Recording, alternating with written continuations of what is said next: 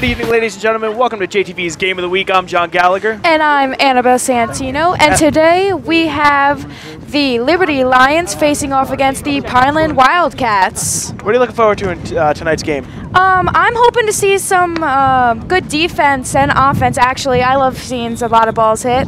Can't wait to see what these two teams got for us. Do you have any scouting report on the pitcher for Liberty here as we're getting set to get ready? Pitcher for Liberty, this is DJ Diodato. She is a junior this year. Her first year starting as a varsity pitcher, and she's been doing pretty well. The Lions are sitting on a 6-8 record, and I think she's been helping out a lot. Very nice. I'm looking forward to see the offense between these two teams. It looks like we've got a couple powerhouse hitters here, and it should be an interesting one. Pinelands with a 8-6 record this year, looking like they're doing, pretty good this year. So looks like Liberty's going to have a challenge to face, but I definitely think that Liberty will be able to stay with them and compete. So we're about to hit off our first inning. We have number 31, Teresa Hudson, leading off for the Pinelands. As Liberty is getting set now here in the field.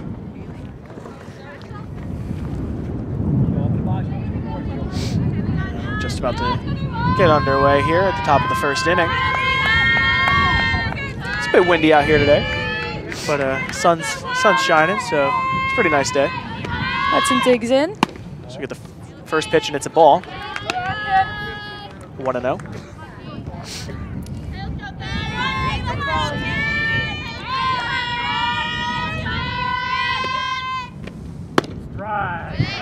Strike one.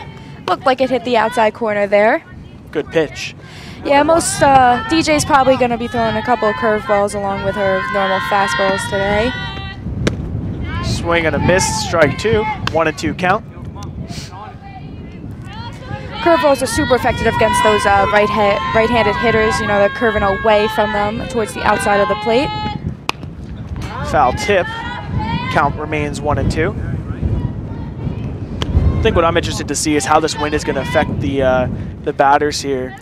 Right. Especially with a right-handed pitcher. I'm expecting the ball to carry a little bit more out to the right as we get another strike. So that's the first out here of the inning. Hudson goes down swinging. Yeah, the wind's going to play a huge factor once the ball gets in the air. These outfielders, pretty tricky job for them today. Make sure they're getting underneath it and really set.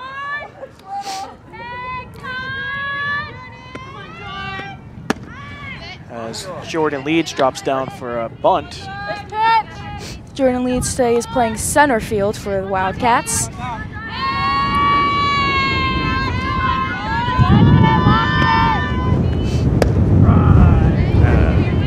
Low strike. Now count is 0-2 as her first attempt at the bunt was called a strike. And a swing and a miss. Out number two, strikeout number two. Tipped right into Lions catcher's glove. That is Marissa Southern. Jessie Rising is up next. She is the pitcher for Pinelands. She gets a piece of that one, but it goes foul.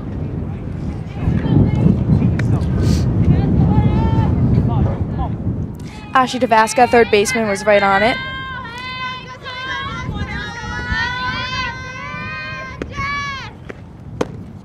That's ball. Gonna miss a little low.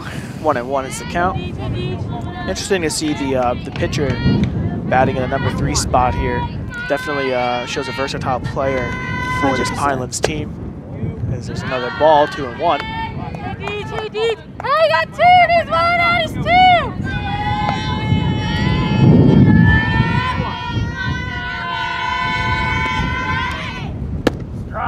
And 2-2 is the count now after a strike. It's going to be a little harder for DJ to pitch to this left-handed pitcher. As I said before, mostly curveballs out of her, so... And she gets a piece of that one. Right over to Kaylee Book at shortstop, and they make the play for the third out of the inning. So 1-2-3 inning there for the Liberty Lions, including 2 strikeouts. And let us watch this again. You take. So we take a look here. Solid shot to the shortstop there, but right at Kaylee Book, so she was able to cleanly make that play and throw it over to Emily Sandberg, who was at first. So Pinelands takes the field for the first time here in the game. It's the bottom of the first.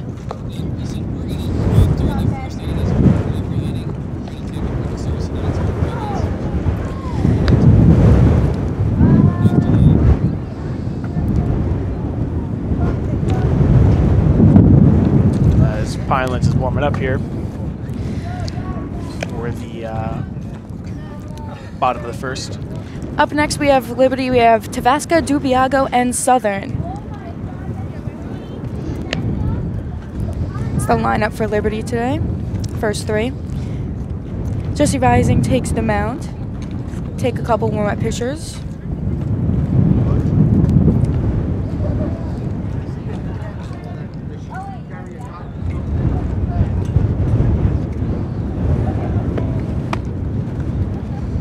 Do you think having the left-handed pitcher is going to affect any of the batters for Liberty today? It totally throws off your perception, at least a little bit. I mean, most pitchers that high schoolers place are going to be right-handed, and it's different seeing the ball coming out of a different hip. And you just have to adjust to that. Also, spins on the pitches are changing. Her curveball is going into the batters, while her screwball is going away from right-handed batters, which it's always going to be different spins, different look at it. So you really have to be on the ball for this one. So we're just about set here. Pinelands is going to huddle for a little bit as Ashley Tavasca is the leading off for the Liberty Lions. Starting third baseman, she's a freshman this year and has already been doing instrumental things. It's always interesting when you see somebody come into the school and right away have that impact that that the team's looking for. Right. She takes her spot in the box.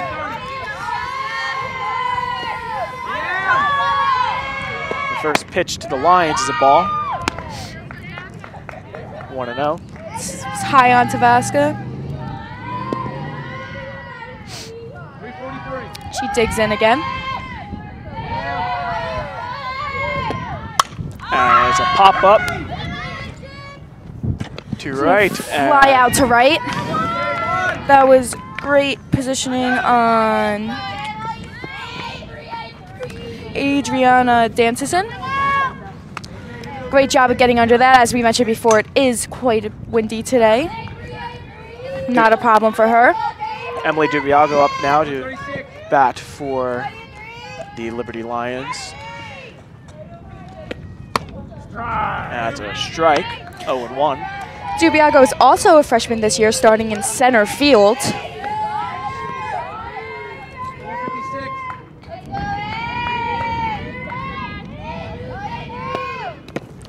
Ball. Low and away from Rising. 1-1. 1-1. 247. Here we go.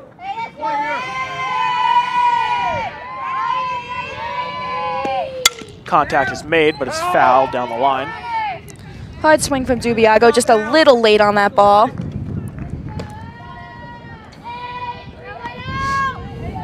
And the count is 1-1. I believe it actually might be 1-2. As we get another ball.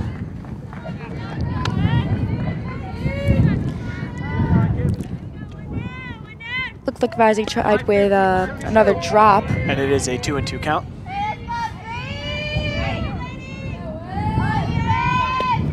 And there's another foul ball down the line. Once again, solid contact by Dubiago, but she's just a little behind this ball. She starts to swing a little earlier. She should be able to put that ball into fair play.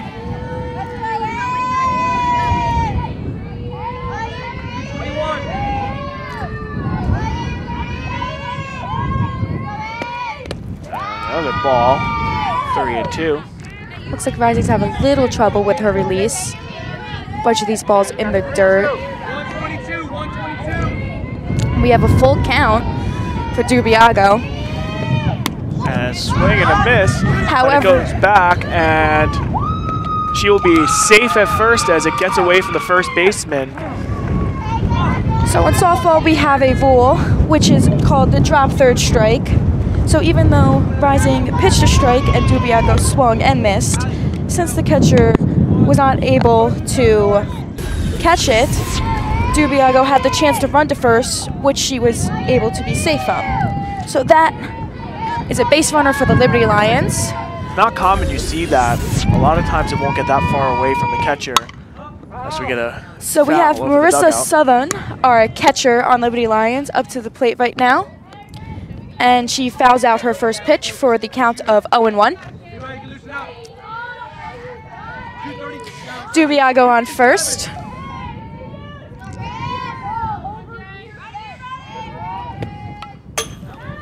That tips off her bat.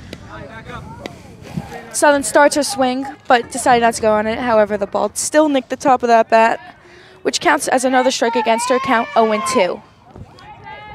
1 out in the bottom of the first. 464. So it's an 0-2 count. That's a ball. Just misses outside. 1 and 2.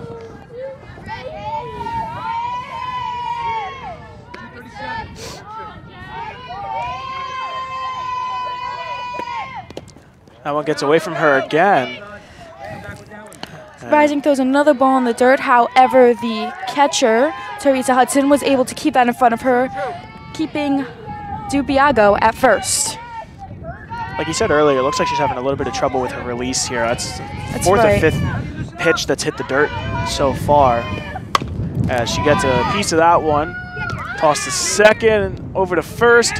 They get the runner out at second. And Southern makes it to second on the error. Ball got away from the player at first. I believe that was... Muller.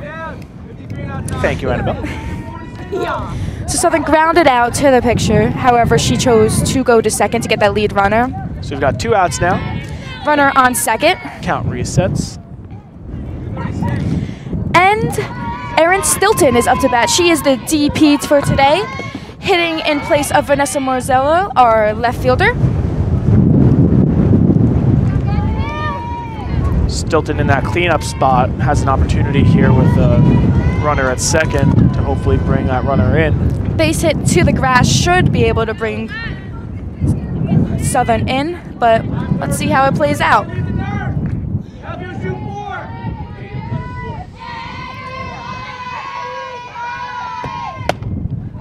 That's a ball. Outfield's playing in just a little bit to make sure they can scoop that ball up and get it to home before Southern can get there. So it's a 2-0 count with 2 outs here. Runner on second in the bottom of the first. And contact is made. It goes out to left field. Fly out. And a good catch And there. Madison Hawkins did not have to move one step as So Stilton hit it right to her. score is 0-0 after the first inning.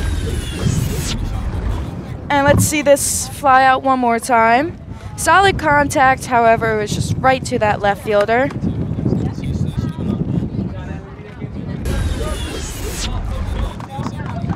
And we are going to head to our first PSA of the day. We will see you back in just a moment.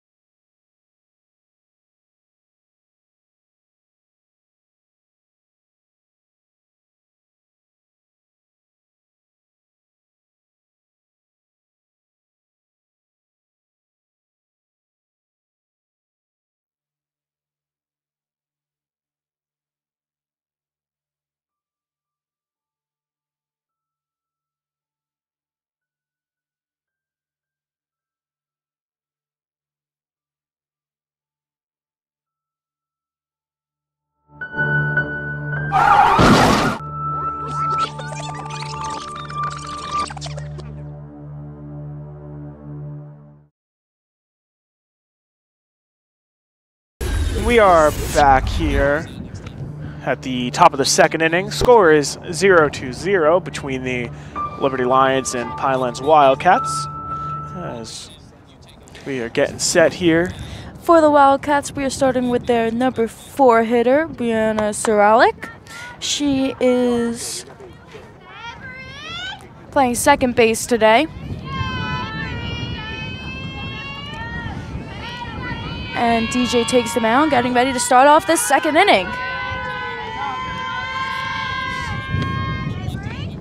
Contact made, and it'll go to third base. Clean play. Weak little Out. grounder to third baseman Ashley Tabasca, who was quickly able to field it and throw it over to Sandbag. So let's see that play one more time. Never mind. Hope you guys got it that first time. So we're set here. Up next, number 11, Allison Vezus. Third baseman today for the Wildcats. And the first pitch was a ball. So we got an 0-1 count with 1 out.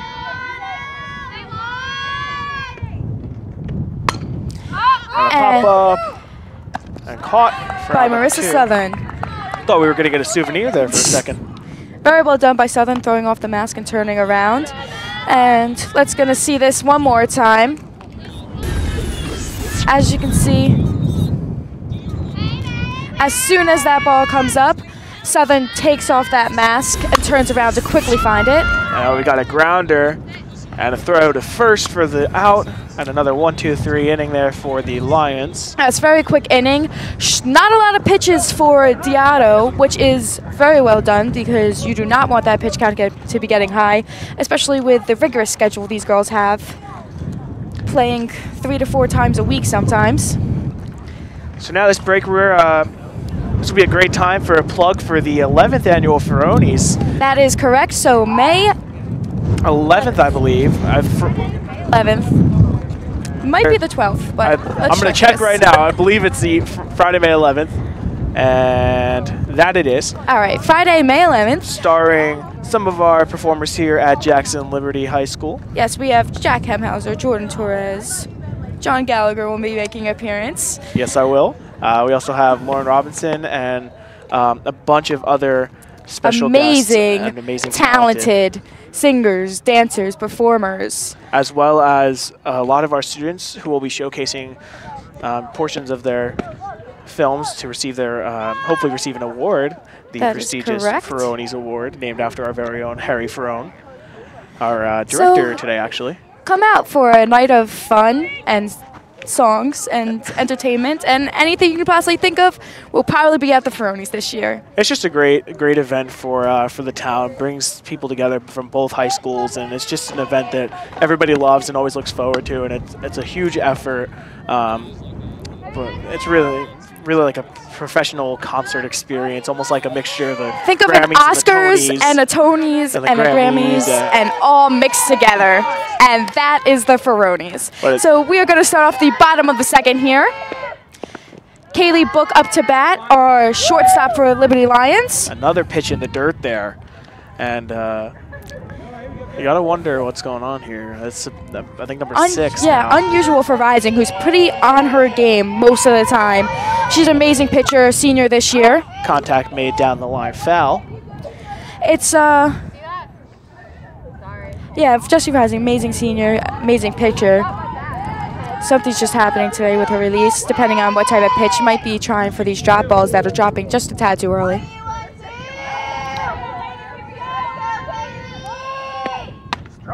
That's a strike just inside, and that'll be 1-2.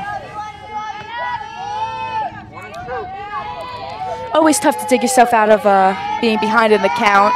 1-2. Really, the pitcher's advantage, can throw a waste away pitch here if she wants. And as you see with that changeup, trying to get Book to jump on that. But Book does a good job in staying back. 2-2 is the count.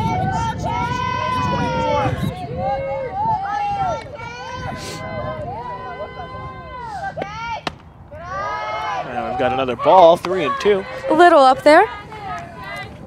And we have a full count for Book. 3-2.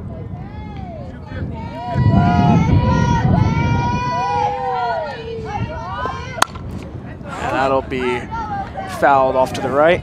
Solid contact from Book. Once again, looks like the Lions are just a little bit behind on this ball. Most of their contact have been to the right side. Definitely you could credit that to facing a left-handed pitcher for first time in a while. Probably not common. That is correct. In high school softball. Balls are probably curving away from them, and she is a pretty fast pitcher. And another foul tip there to the left this time.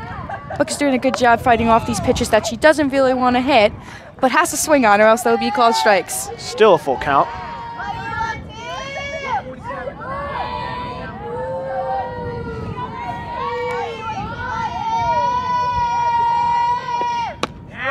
That's strike 3, a good pitch there. Book goes down looking for the first out of the inning, of this half inning. And let's take a look at this pitch one more time. As you can see, Rising hits the corner very nicely. Great pitch there by Rising. Tough time for Book, but umpire made the right call.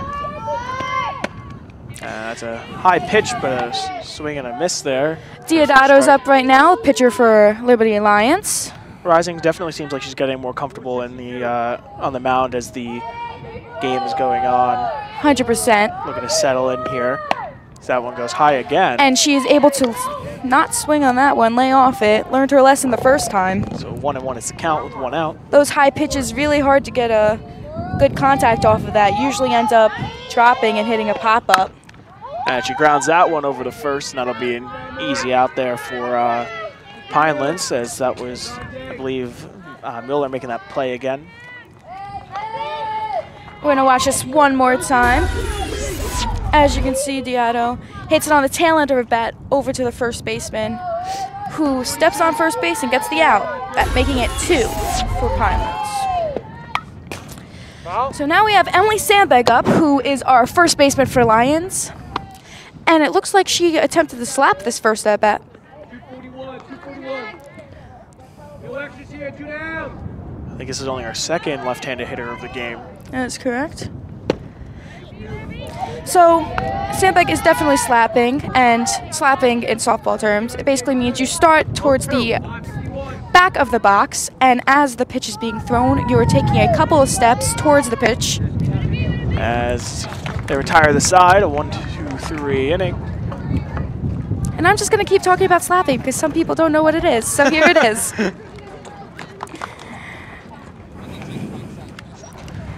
All right, and we're going to have a little commercial break. So we will see you back here soon.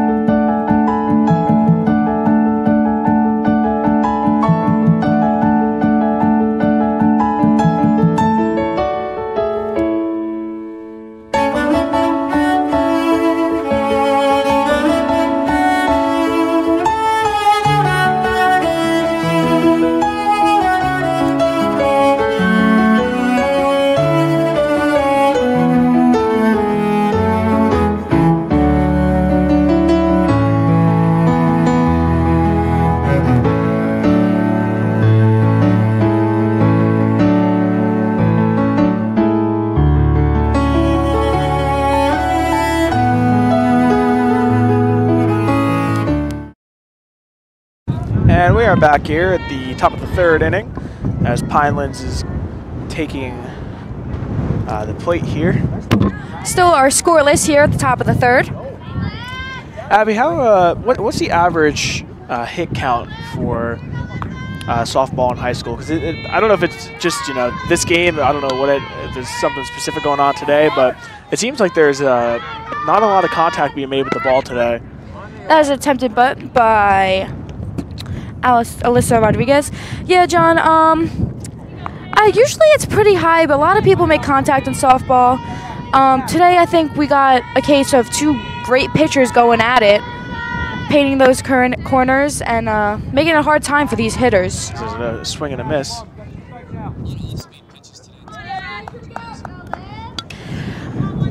Also in softball, you get a lot more off-speed pitches, a lot of curveballs. Does you see a strike three there? Another great example of DJ's curveball. Outer wave got her chasing. for the first out of this inning. Now up next we have number 15, Adriana Dancizin, playing right field. And she attempts to bunt but pulls back. However, it is a called strike.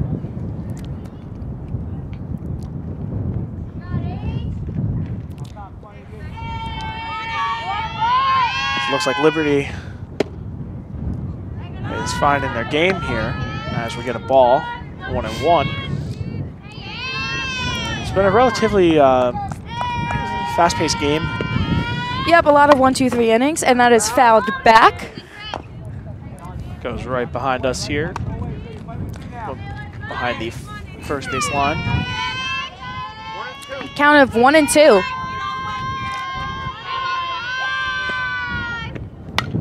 Another foul back, same area. Dancizin is just missing this ball, just under it. DJ doing a great job pitching up to her.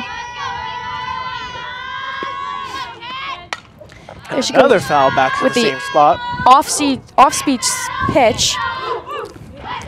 Dancizin lunging out a little bit, but still able to keep her hands back and make contact with that ball. And it's interesting to see what DJ will do here. It is a 1-2 count still. She has some pitches to waste, which he does right there, shooting low.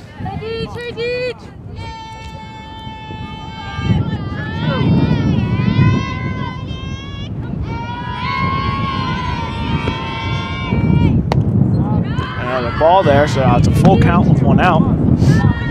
This is doing a great job this at bat.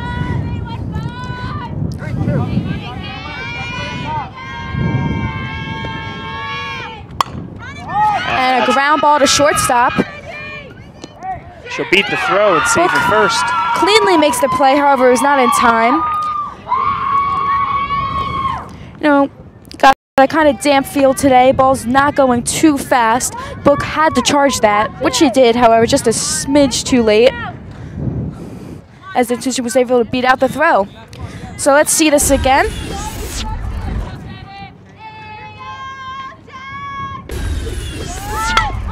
And we have a bunt by Tavaska, who throws it to first. And a good look there over at first is Emily Sandbag, who quickly caught the ball and kept an eye on the runner at second.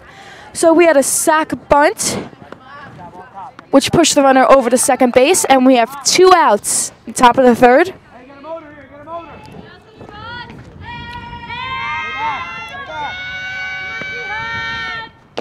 That's a ball. Marissa Southern doing a great job keeping that in front of her. Definitely do not want this runner to get any free bases here. And up at the plate, we have Teresa Hudson, the leadoff. Pop up. And that's caught by Book, who is going back. And that'll retire the side. So a little bit of a swing there for the Pinelands as they gain some momentum in that inning, but not able to put a point on the board. We're going to watch this last out one more time.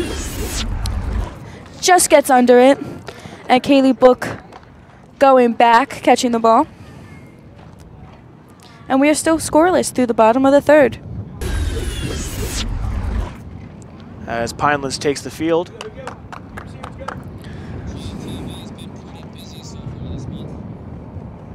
JTV's been pretty busy so far this month.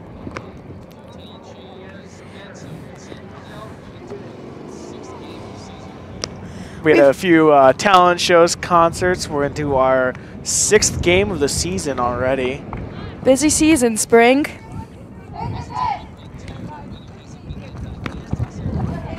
It's a quick season too, as the weather hasn't been too great here in Jackson, New Jersey, so trying to take care of all this while we can get some warm weather. I believe the weather's actually supposed to go up tomorrow. It's supposed to be we're supposed to hit the 80s this week. John, you just recently came back from Florida. How is the weather down there? Well, definitely not as windy as it is here. It's been pretty nice down there. Temperatures hitting 80 or 90 about every day now, so it's been not too hot either, not too humid, so. We should be hitting 80s this week, hopefully, Jackson, New Jersey. And we're getting ready to start the bottom of the third with Kayla Hayes coming up to bat, Lions second baseman. Hayes is a junior this year. She has been starting on varsity since her freshman year. And let's see what she's going to do here today.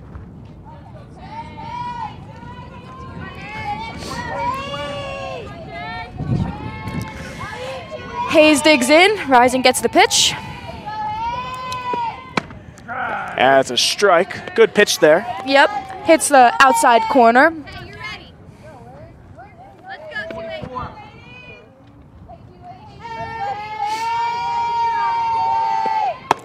Swing and a miss for strike 2. Rising went up with that pitch, and Hayes swing and a miss.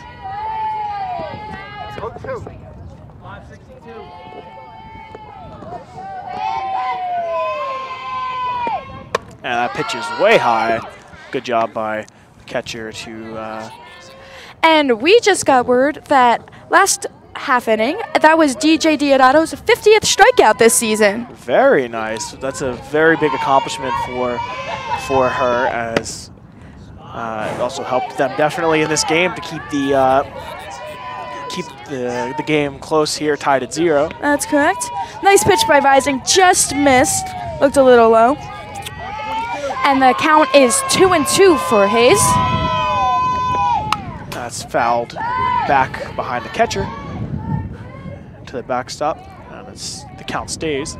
Something I've taken notice of is that their coach, Pinelands, is communicating with their pitcher very well, and all their players for that matter. But that's correct. Good communication is definitely key. Make sure the players are aware of the situation. And Rising throws a great changeup. Caught Hayes looking for the first out. The bottom of the third. Yeah, Rising is definitely settled in now. It seems like she's on her game. And right. It's extremely hard to adjust to a changeup after seeing these 55, 60 mile per hour pitches from Rising, and then switching immediately to a 45 miles an hour pitch. It's hard to hit, man. Lauren Canestro's up to bat. That one's fouled back. Lauren Canestro is the right fielder for Liberty Lions, a sophomore this year. Second year on varsity softball. She has an 0-1 count.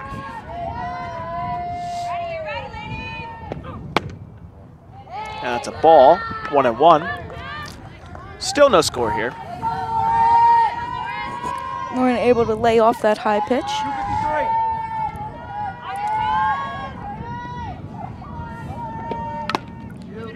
Lauren tips it. However, the catcher is able to catch that. So that's another strike on Lauren. Count 1-2.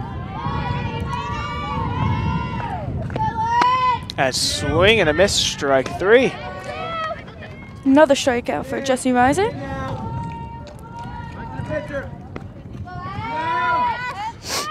And we are back to the top of the lineup for the Lions with Ashley Tavasca. 2 outs. Let's see if she can start a rally going here.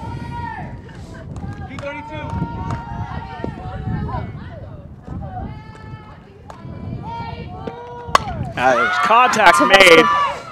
Out to center, over the center fielder's head, and she is going to, and decides to stay on second base. A great hit there out to center. I thought that was going to go out for a second, but it hit the wall. And major shot for Tavasca over the center fielder's head. And that's definitely the momentum that Liberty needed here, as they had the 2 strikeouts at the beginning of the half inning. That is correct. And let's going to take another look at this beautiful shot. As you can see, solid contact, center of the bat, able to just lift it over that center fielder's head and get a double out of it. There's a strike here as it's 0-1. So now we have Dubiago up.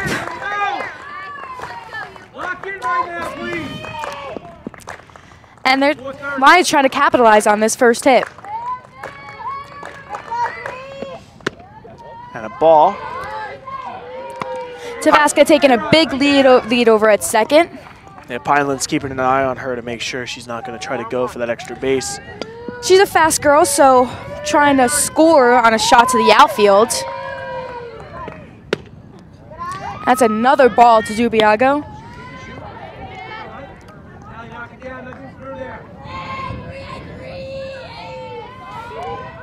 It's a 2-1 count with 2 outs.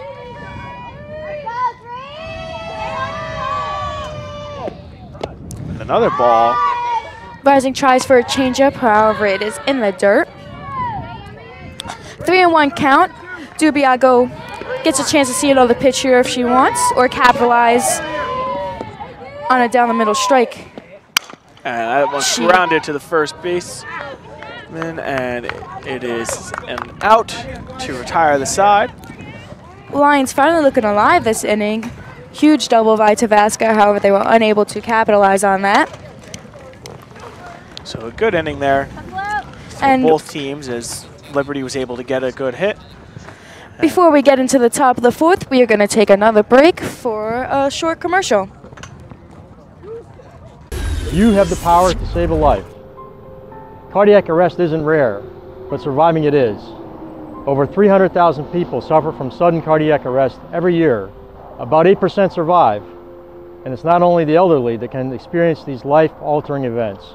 The #1 killer of young athletes is sudden cardiac arrest, because a young athlete dies from cardiac incident once every 3 days in the United States. About 80% of cardiac arrests that occur are outside of a hospital. About 89% of those victims don't survive because people around them don't know how to perform cardiopulmonary resuscitation. It's very simple. You can help save a life. The American Heart Association changed its protocol for the public to hands-only CPR, which means when a witness cardiac arrest occurs, a bystander, like you, can call 911 and begin external chest compressions immediately by pushing hard and fast in the center of the chest while awaiting arrival of the first responders. It's very straightforward.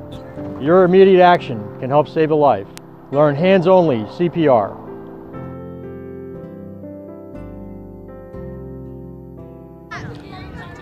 Welcome back. We are here at the top of the 4th, still scoreless here at Liberty. Jordan Leeds will be up to bat now for Pinelands.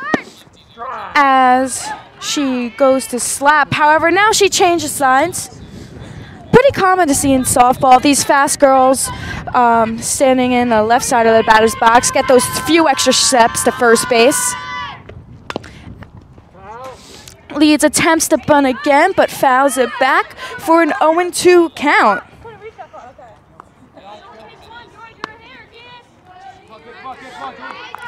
Oh, and 2.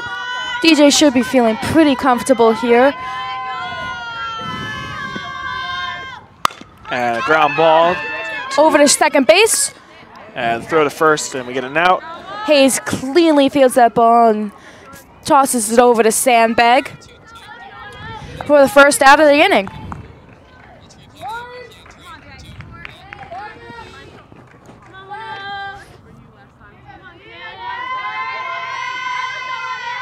As you can see there, quick, easy play for Liberty Lions. Ball 1 here with 1 out. As number 10, Jesse Rising, the pitcher, is up to bat.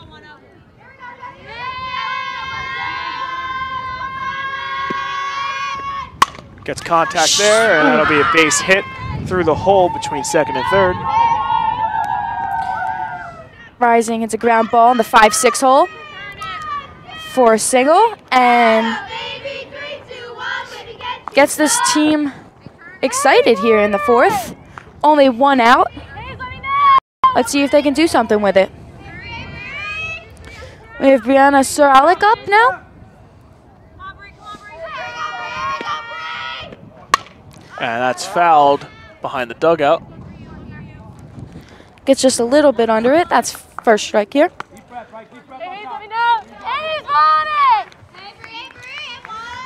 We have 1 out in the top of the 4th with 1 man on.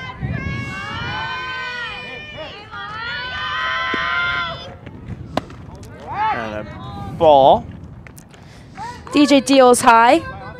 Marissa doing a great job of checking that runner at first. Yeah, Rising taking a big lead. Trying to draw some attention. grab an extra base here. And there's a ground ball. To Kayla, who... And a great play there. That was... Great play by Hayes. Yeah, Kayla Hayes tags the runner in between first and second and then gets that throw over to first for the third out of the inning to retire the side. Let's take a look at this again. As you can see, Hayla charges this ball, which puts her in the runner's base path, allowing her to tag Rising before tossing it over to first to get that second out. As we go into the bottom of the fourth here. And some updates around the sports world today. NHL playoffs are underway. That is correct. As well as the NBA playoffs.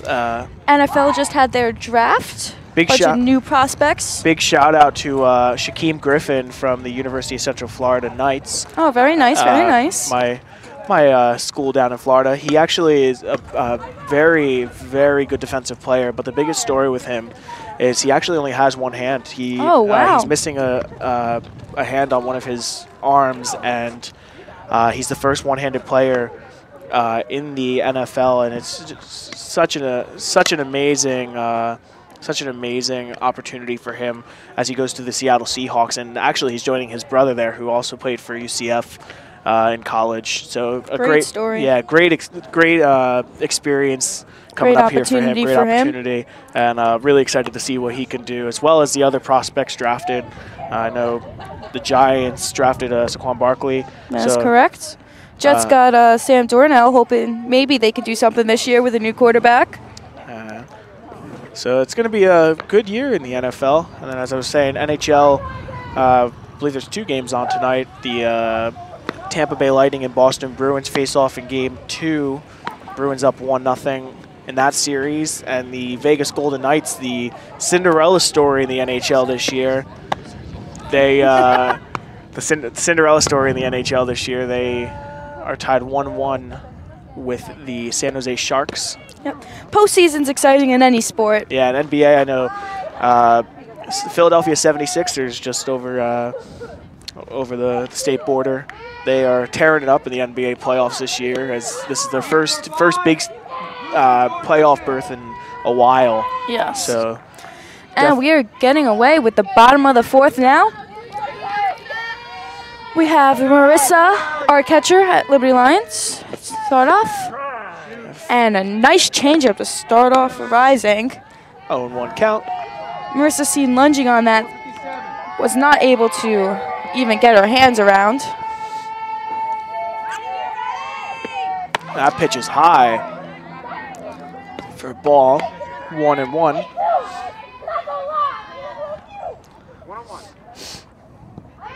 Libby's looking to get some runs on the board here.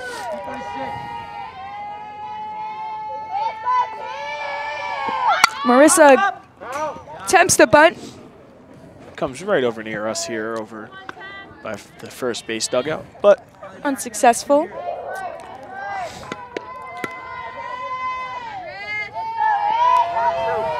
The count now is 1-2.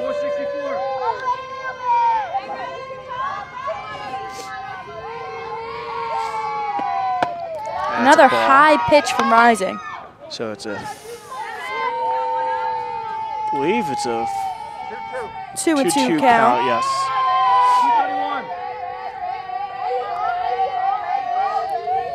Again, 2-2. Swing, and she tips it. However, we're gonna check. So a little controversy there. Marissa tips the ball, but it was caught by the Pinelands catcher, making it the first out. And in comes Erin Stilton for the Lions. It was funny because the umpire, as it's a first strike, the umpire signaled it as just a foul ball. And correct, he needed a little assistance on that call. Marissa was already on her way to the dugout afterwards. There's a good pitch and a strike. 0-2. Stilton really needs to dig her way out of this one. Extremely tough for a hitter to come back here. That's fouled off the backstop. Stilton just underneath that ball. Still 0-2 count for Rising.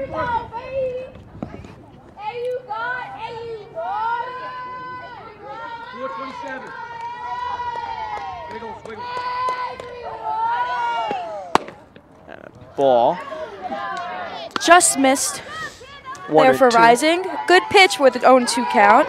You want to get these batters to try to chase these balls. You don't want to throw it right down the middle when you got some pitches to waste. And swing and a miss. Which he does right there. Strike 3. 2 outs. A little off the plate, but just what Rising needed for Stilton to go chase that. And that's 2 up, 2 down. As Kaylee Book comes up to the plate.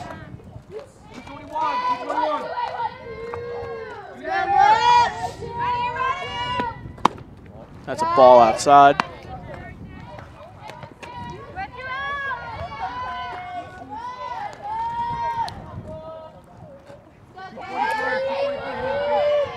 Booker a power hitter here in the 5 slot, which she shows Good. right there with a rip to right field.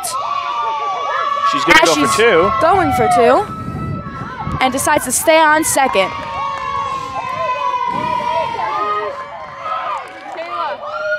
Great job by Book there. Stayed through with that ball on the outside corner, so she took it to right field. And we're going to see this again. As you see that pitch to the right-hand side of the plate. So Kaylee takes it that way. Looked And like a she. little error. Yeah, The that- right fielder gets away from her. That So was Book Dan Sisson. is able to make it to second. However, there is 2 outs. DJ Diodato up to bat, grounds it to second. And that'll be the 3rd out of And the inning. Brianna Surlak makes the play. So we head into the top of the 5th here, still scoreless. As we're going to get set here to go to another PSA. Again, scoreless after 4, and we'll be back in just a few moments.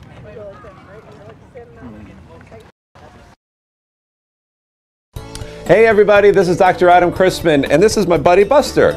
Do you love animals? Looking to start an exciting career? In just 3 months, you can become a veterinary assistant. Ocean County College's Department of Continuing and Professional Education can put you on the fast track to specialized career training. Veterinary assistants are an integral part on your animal health care team. Working under the supervision of a veterinarian or a vet technician, you'll give assistance to the animals they treat. Through classroom and clinical instruction, OCC's Veterinary Assistant Program covers animal nursing, pharmacy, radiology and laboratory procedures, surgical and recovery room assistance, emergency response, and much more. Graduates receive an Ocean County College Certificate of Completion and are eligible to sit for the National Veterinary Assistant Exam.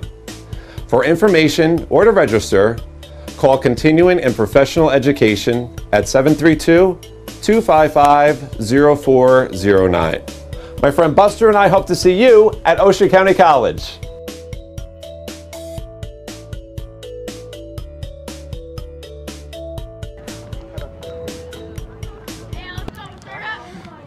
And we are back for the top of the 5th. And the thing here is, looks like both teams are getting a decent amount of hits. They're just coming too late in the innings here. Yeah. Liberty, 2 times they've had runners on base with 2 outs was their first hit. I believe which- Pinelands had the same situation happen once. Very hard to capitalize that. And Alyssa hits a ball in the 5-6 hole. Book dives to stop it from going to the grass. However, that is a single for Allison Vezes. Great contact being made there, just to slow that ball down. Let's see this one more time.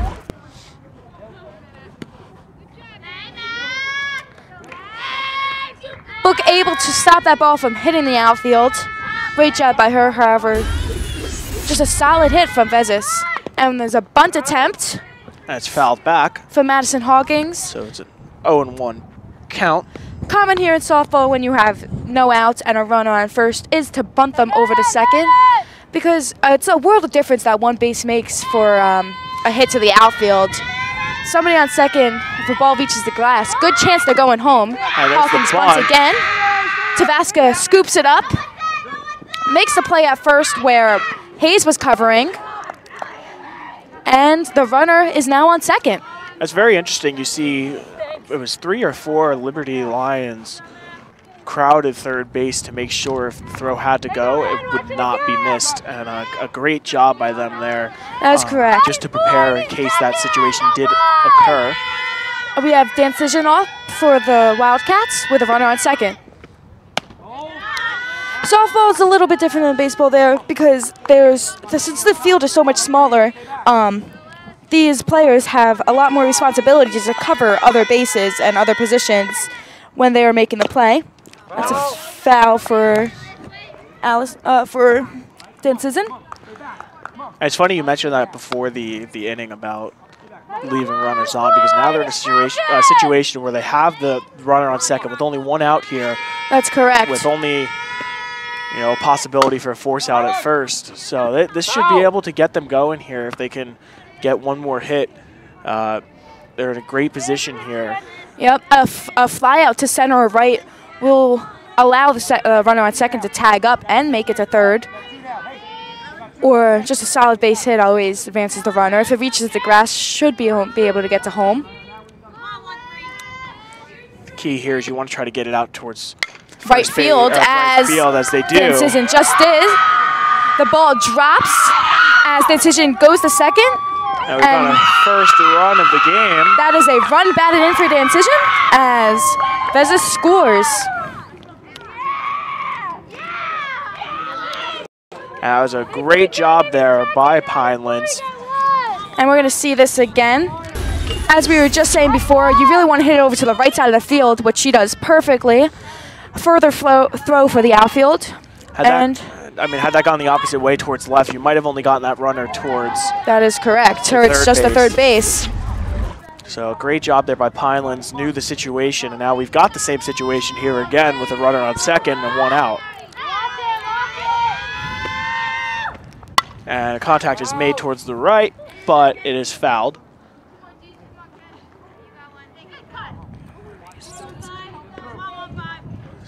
Dance isn't here with what I believe is an 0-1 count. Oh, I'm sorry, 1-1 count. And a runner on second once again. That'll be a ball high. Liberty letting the runner at second know that they're paying attention here. Runners on second are very dangerous, not only for their scoring opportunity. However, a little cheat sheet we do here in softball. Oh, that's a single for the 5-6 hole for Decision. To hold the runner at third. And the ball goes to the catcher, which allows Decision to reach second base. We now have runners on second and third. Kind of proving our point that we were saying before, John, that when we hit a ball to the left fielder, that runner on second is usually only going to be able to take 1 base. As you can see that runner advancing, the ball misses the cutoff, which allows Decision to take that extra base and go to second.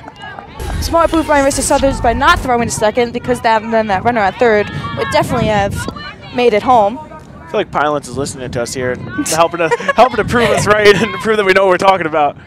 But we get a swing there and a miss. This is Bernard, the DP, hitting for center fielder Merler, my bad. So it's an 0-2 count. And the ball to the dirt. Great job by Marissa by keeping that down. Pass ball here, we have a pretty big backstop. Runner, if she's fast, will go on a pass ball. That could be the difference. A ground ball to DJ. She checks the runner at third before making the out at first. So now we've got 2 outs here and runners on second and third. With leadoff batter, Teresa Hudson, coming to the plate.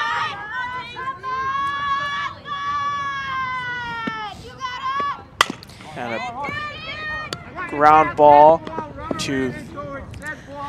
So that was a ground ball to Book, and on her advance to the ball, there's a little conflict with the runner in the running from second to third. So that they actually call the out on that and not the force out. That is correct. That is interference by the runner, and Book gets the out without having to throw it to first. It's an unfortunate situation for the runner. You know, you look at that. Because you can't get hit by the ball. Yeah. And you got to make it to the next base. So it's really just being aware of the players on the field that are going to be playing that ball. And, you know, unfortunately in that situation, if the fielder backs into or moves into the runner, then the fielder's given the benefit of the doubt. These interferences are always coincidental, and base running's always difficult to master. So it's always the base runner's obligation to avoid the fielder. And you know, it's a big thing just for safety. You want to make sure that all the players on the field can stay safe during these games. So you know, this is one of the rules put in place to make sure that they try to avoid at all costs. And you know, you have instances like that where it's kind of hard. You know, it just happens right in front of you. So, always a shame Pinelands left runner on second and third. However, they were able to get one in this inning. So we are in the bottom of the 5. Pinelands 1, Liberty still scoreless. Now, Annabelle, you played softball for Liberty for a while, correct? That is correct. My past 3 years. And what's it like seeing, you know, this Liberty team now? You mentioned a couple of freshmen coming in. Yeah. You know, seeing some kind of a different team than when you were there, correct? Yeah, it's a little bittersweet. I mean, I've been on varsity. I started varsity freshman year, and I played first base where Emily Sandberg is playing right now.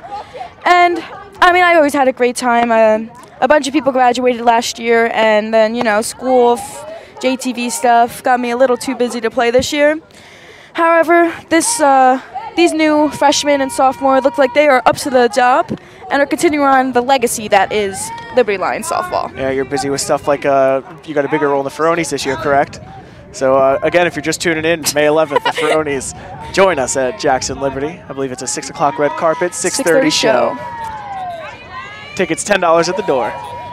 Only $10 at the door. What a steal you're getting here at Jackson Liberty when you come to see the Ferronis. And Sandberg gets a strike called on her.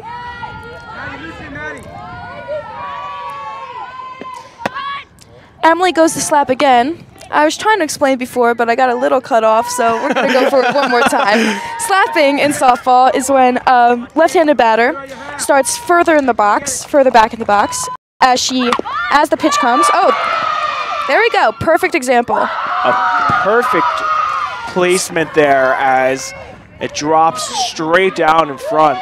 And so we're going to see this again. Sandberg runs up in the box as the pitch is being thrown, and a little bunt, perfect position, fielded by the catcher. However, Sandberg, fast girl, is able to make it to first on time. You could actually argue, like, you know, the error on first with the mishandled throw might have been what saved her there, getting that base hit. You know, it would have been close had that ball been caught at first, whether she would have been safe or not. But a good job of putting the pressure on by running as fast as she can. So with 0 outs, we have Sandberg on first and Hayes up to bat. As she shows the bunt but pulls back. As I said before, pretty common with a runner on first and no outs for the batter to bunt. It's all about getting these runners as far down as on the base path as they can to hopefully hit them in. As we get it Hayes hits to short, fields to second, and it is a double play. 6-4-3 double play. And a great job there by that was Miller, first base with a stretch to catch that ball. So you're gonna see this again. Solid contact, however, hitting straight to the shortstop, who's able to toss it over to the second baseman, who converts it over to first for the double play. That was huge for Pinelands here. As they start with an 0-1 count here. So no runners on anymore after that great play. The best thing you can do after scoring some runs is to go out in the field and shut the team down the next inning. And it looks like that is what Pinelands are here to do right now. We have 2 outs. Lauren Canestra up to bat with an 0-2 count.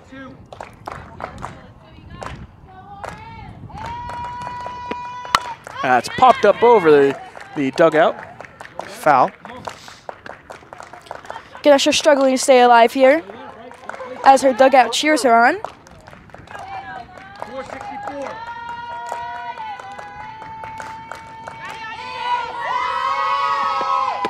That's a ball. Ball away. Rising tried to make Canestra chase that one. but she lays off. 267. For the count, 1 and 2. That one's fouled right over our heads. Kinesha doing a great job of fighting off these pitches.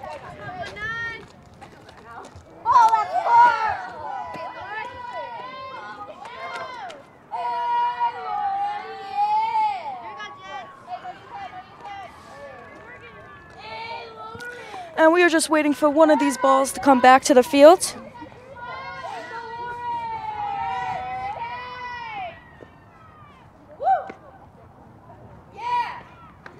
Obligation of the home team is to collect the balls when they are fouled out.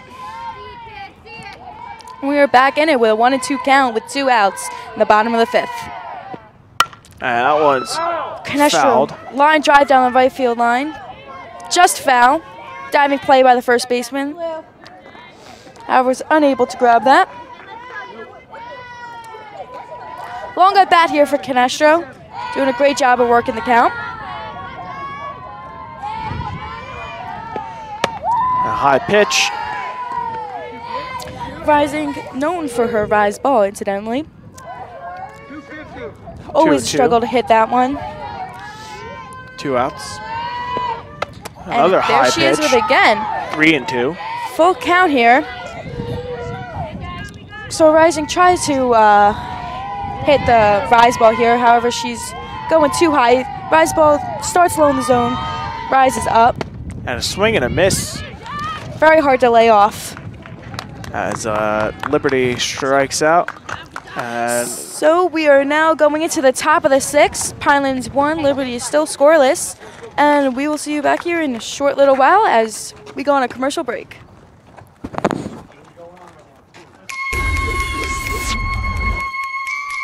I wait here by the curb when my old friend heard, hoping for bottles and cans to fill my car. Plastic's alright, cardboard's a delight. When you recycle, you're doing your part. Surround up all you can to help your fellow man. Keep the planet healthy wherever you roam. You're not acting alone. The earth is your home. Yeah, yeah. When you recycle, you're saving your home. And we hope you enjoyed those singing trash cans as we continue here to the top of the 6th. One of our more creative PSAs. I think we heard Mr. Ferrone singing along on the bus. He's probably seen this PSA multiple times, and I'm sure he knows all the words by heart by now. I think we've got number 14, Jordan Leeds, up to lead us off here at the top of the 6th. See what I did there? Good one, John. And that is a strike for DJ. And that one's Leeds dropped lays out a down. bunt, picked up by Marissa. And Throw to first. Safe at first. A very close call, but Just Leeds a little too slow. doing a great job there to make it. We're going to see this again. Great placement for the bunt. Hard for the catcher to get out of her crouch and pick up the ball and have an on-target throw, but Marissa does a great job, just a little too slow for Leeds. And there's a runner on with no outs, and Jesse Rising up to bat.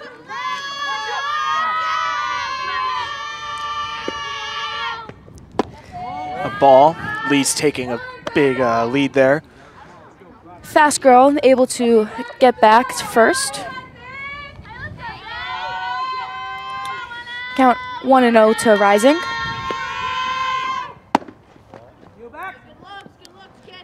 And now it's 2-0.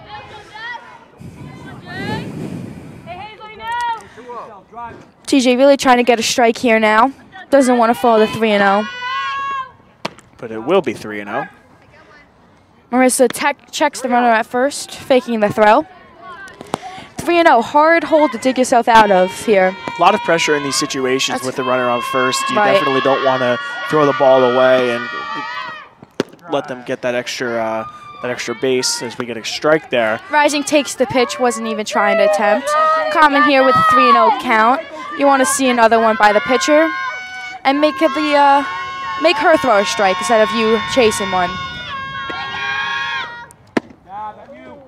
And it'll be TJ another ball on just the walk. misses, low and out. Runners on first and second.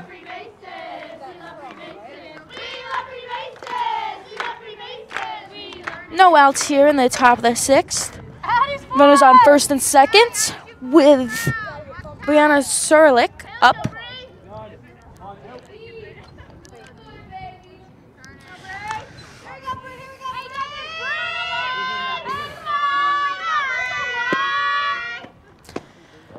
Serlich goes to attempt the bunt but pulls back as the ball was in the dirt.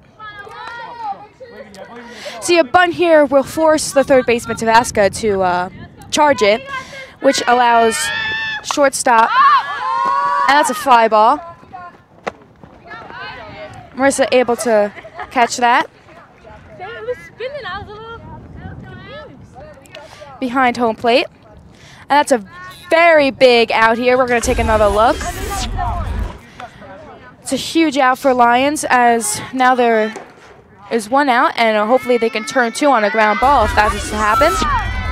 Fake bunt and pull back.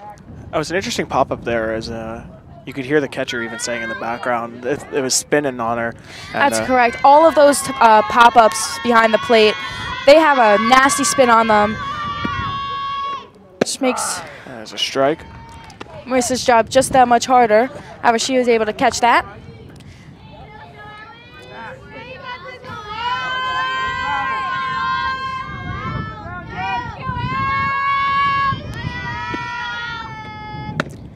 It's a changeup from DJ. And a strike. And we're calling it on the attempt on the batter.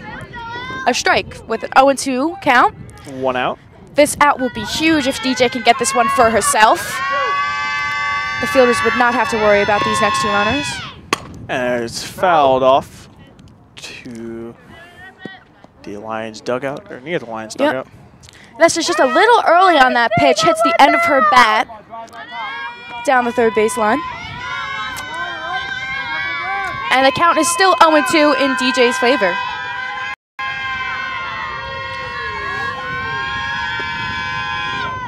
And that's popped up. Fly ball to center field. Dubiago underneath it, catches it, and throws it in. Keeps the runners at first and second. Yeah, it was a short fly out, so Dubiago ran in. Not a chance for Leeds to tag up there.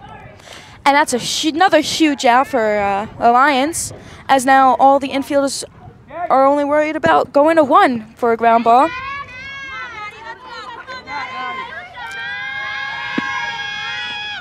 That's popped up over our heads. And a foul. Madison Hawkins up to bat. 0-1 count, 2 outs, top 6.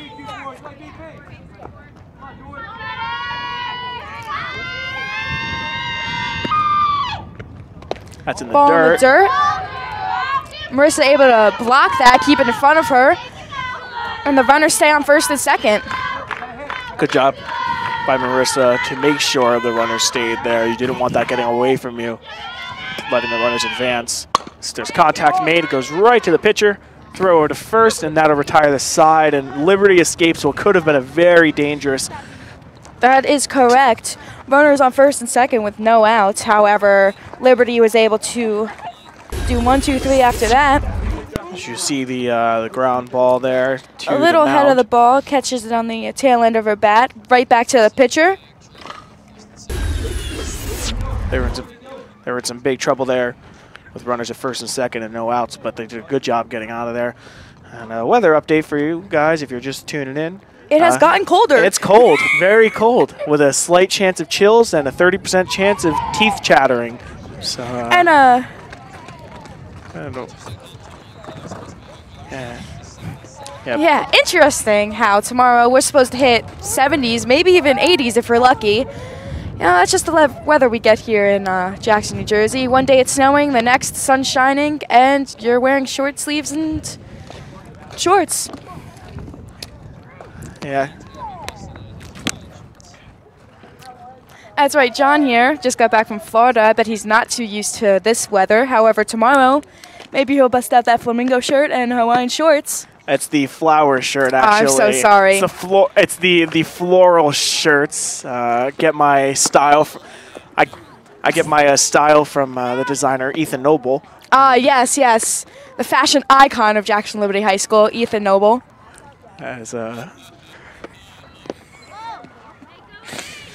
we're getting set here for the bottom of the 6th. Now it's weird. It's actually weird coming back to the cold. You know, I walked outside yesterday and I had shorts and a T-shirt on and realized that wasn't gonna do it. Not gonna fly Not here to mention today. I was wearing flip-flops too. I struggled, or I suffered through it yesterday, but yeah. God, there was no way I was doing that again today. We're getting into the bottom 6 here with leadoff batter Tavaska. Liberty looking to get this run back. First ball low. We're in the bottom 6. Softball games run 7 innings. Of course, Liberty will have the last at-bats. However, looking to get this run here. There's a swing and a miss for a strike. Take some pressure off of themselves and off of DJ, who's pitching a great game. Only let up 1 run. If you're Liberty, you'd love to get ahead here at this bottom of the 6th and hopefully put the pressure on Pinelands then to come back with that last half inning there for them. That is correct.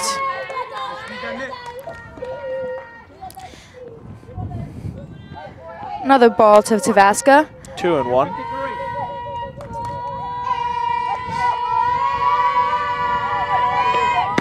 And a strike. Swing and a miss. Hard swing from Tavaska, just missed it. Took her head off of it at the last second. So the count is now 2-2.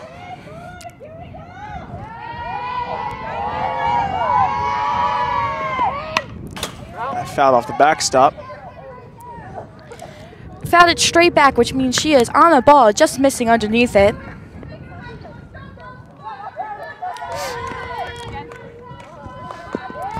As this weather gets colder, hopefully these Lions bats will get a little bit warmer.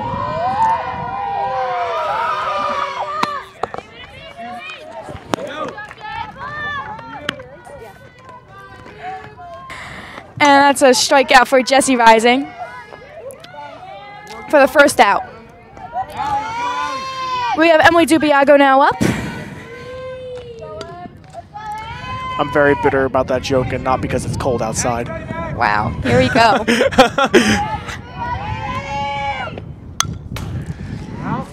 Dubiago check swings there. Gets a piece of it. Didn't fully commit to that swing, however. Which, if I know Borelli, which I do, she did not like that.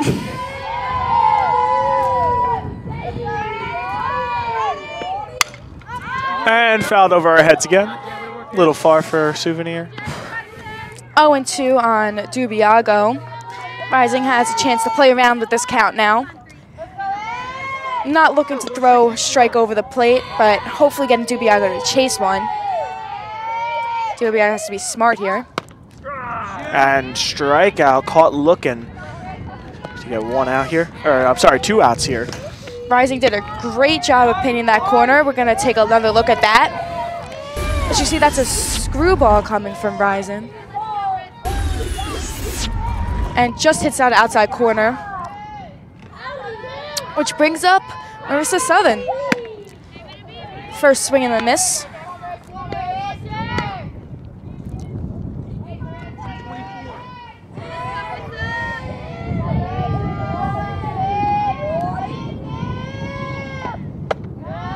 That's a ball high.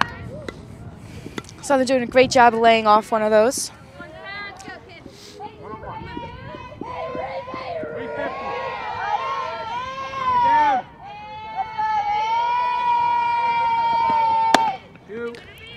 Strike. No extras. Maddie Loosen, no extras. Rising swings and, Southern swings and misses. Little out of her strike zone. 550.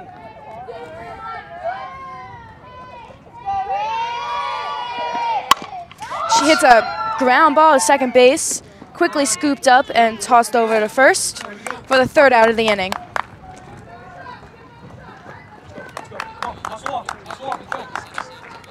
It's 1-0 here, Pinelands over Liberty, as Pinelands will look to take the field at the top of the 7th coming up. And we'll be back in just a moment.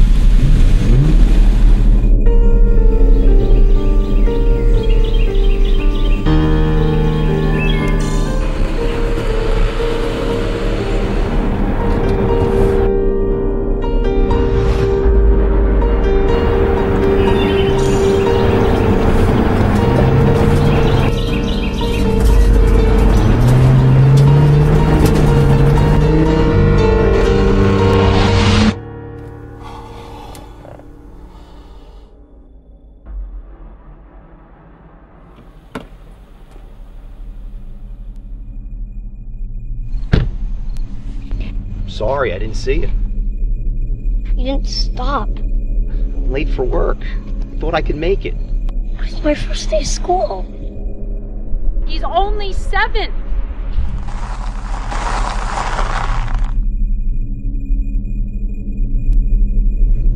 I know, but I'm going too fast. I'm not going to be able to stop. I'm sorry.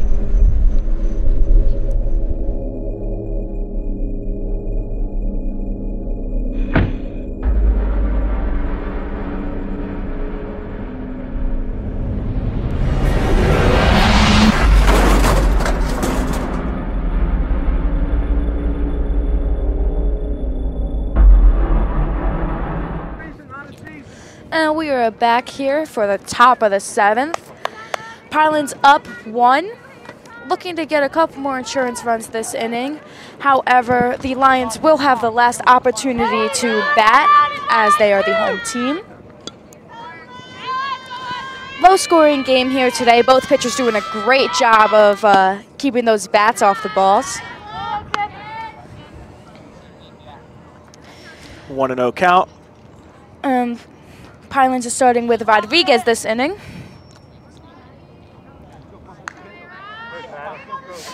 As the first pitch is a ball. DJ deals again. That's a strike, 1-1.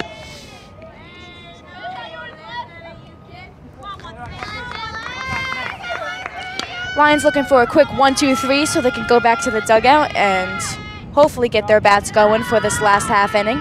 So we get another ball there, 2-1.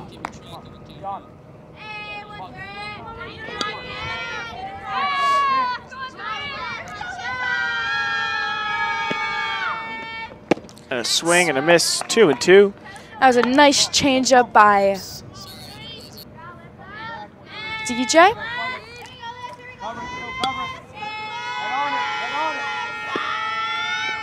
That's tipped foul.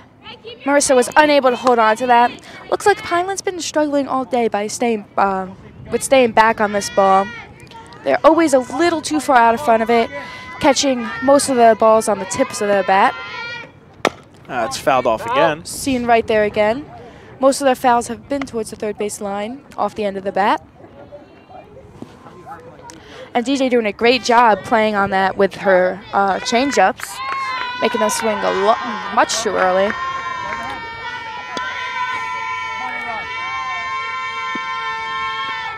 That's grounded Ground to ball third. Tabasco. And Throws go to across first. the diamond and makes the out. Tough play by Tabasco, having to go to her right-hand side and get her glove around. So we're going to see this again. She gets in front of the ball, shuffles over. Nice solid contact, gets in front of the ball, and a nice throw across the diamond over to Emily at first for the first out. That ball is low and gets behind the catcher for ball 1. Luckily, nobody on base.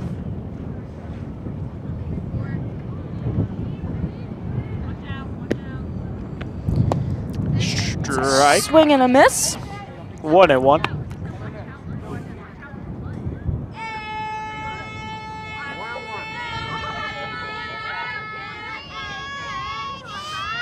One and one with one out. The pitch, contact made, but it's a Fouled foul. off.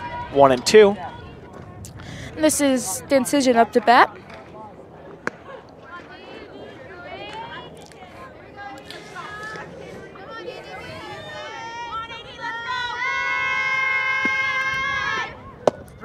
And strike three, caught looking.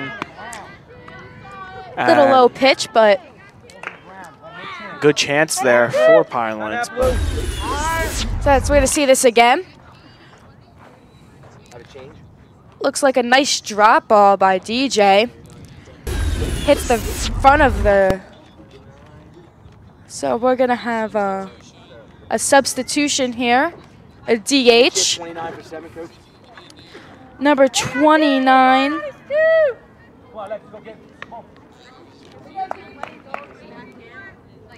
is going to be hitting for Bernard, who was the DP for Muller. So we got a little change here in the lineup. As I said, Pinelands looking for another couple more runs just to have some insurance for the next half inning. that one goes high. Ball one.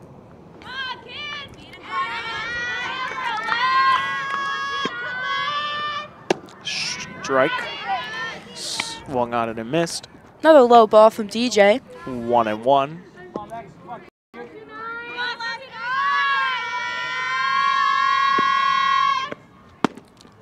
Ball outside. Little outside. Great job by the Pinelands hitter for staying off of that one.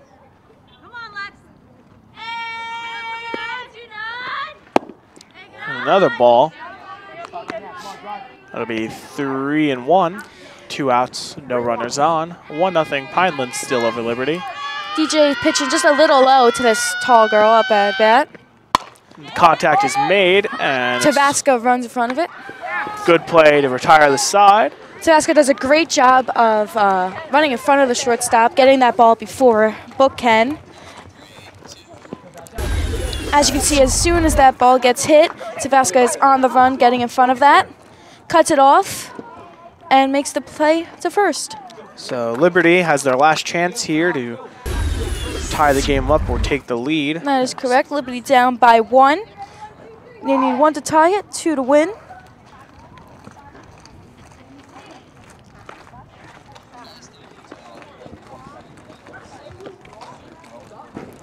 As we said before, this is the last opportunity here for Liberty. Bottom of the 7th. Really Pinelands up important for them 1-0. to get onto the bases early. Last opportunity, just like your last opportunity to get tickets for the Ferronis this All year is the right. night of $10 tickets. May 11th, Friday, 6 o'clock, red carpet, 6:30 show. Tickets available at the door. Can't get much better than that. It's the 11th annual Ferronis. That's 11 years we have been doing this here at Liberty. And let me tell you, it just keeps getting better each year. If you didn't see last year, we had all the alumni. We had all the alumni back, and hopefully this year we're looking to continue the great success that the show is. As I think the first time that they did the Ferronis 11 years ago, Yeah. Mr. Ferrone actually had hair back That then. is correct. And Noble didn't have any kids back then, so 11 years later, we got a bald Ferrone and Noble with 3 kids. So yeah, we've progressed here at Liberty. And we are now in the bottom of the 7th with Aaron Stilton leading off for Liberty. First strike from Rising. 124.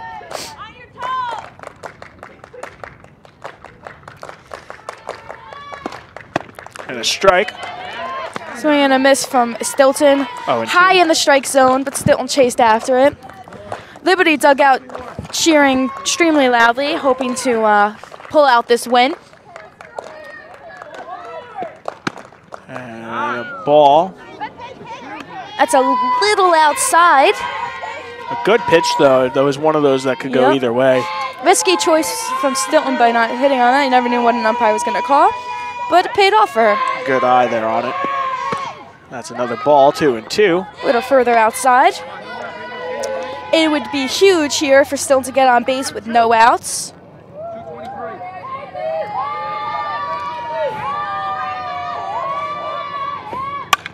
Ground ball foul.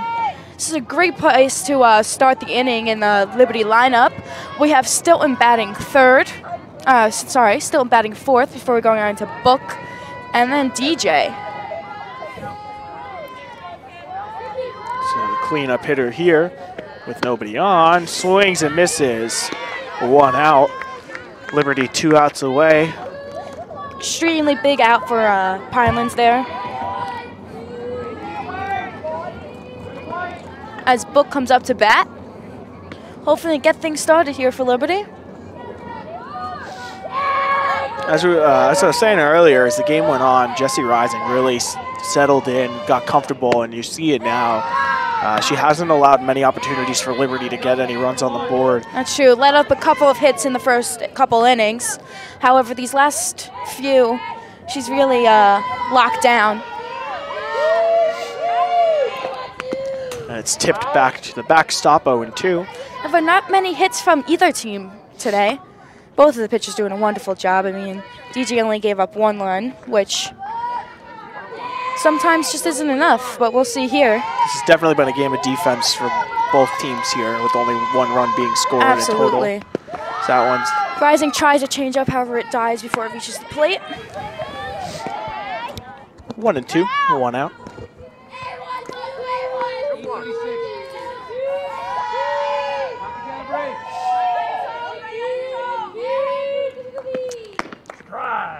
And they call that a strike. Little up in the strike zone, but a called strike for a Book. And the count is now 2-2.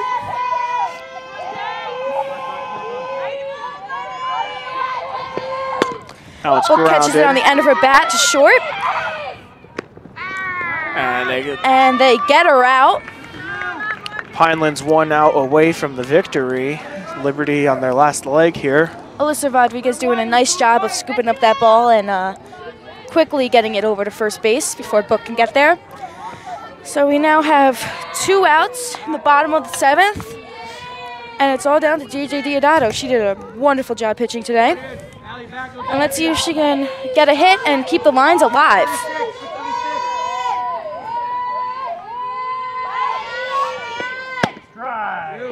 First pitch is a strike.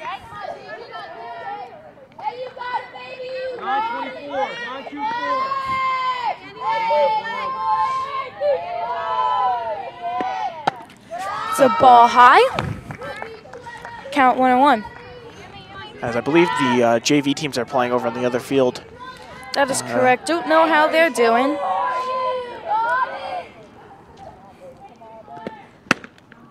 Swing and a miss for DJ. And they're now down to what could be their last strike of the game.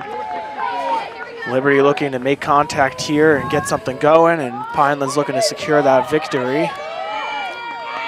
And swing and a miss, Pinelands. That will do it. Pinelands gets the victory, 1-0 Pinelands over Jackson Liberty. A great game for both teams, a hard-fought matchup, and it really came down to the defense. Yep, as we've said multiple times, pitching was great on both teams. Hard for both teams to get the bat on the ball. However, Pinelands were able to string along some hits to get that 1 run. And it was those few hits that really meant, really got them going and really got them on the board. You know, it was very important for them as they didn't really have much going after that opportunity. That's correct. So Pinelands' record now is 9-6, and Liberty is at 8-7, fighting for a seed in the Southern, the Shore Conference tournament. They're fighting for now, hopefully to reach 500 by the end of the season, so they can qualify for that. So we want to thank you for tuning in here today. The final score 1-0 Pinelands over Jackson Liberty. I'm John Gallagher. And I'm Annabelle Santino. Thanks for sharing this game with us. And tune in on Thursday for the next matchup. I believe it is Jackson Memorial Lacrosse. So we'll hope to see you there. Good night, Jackson.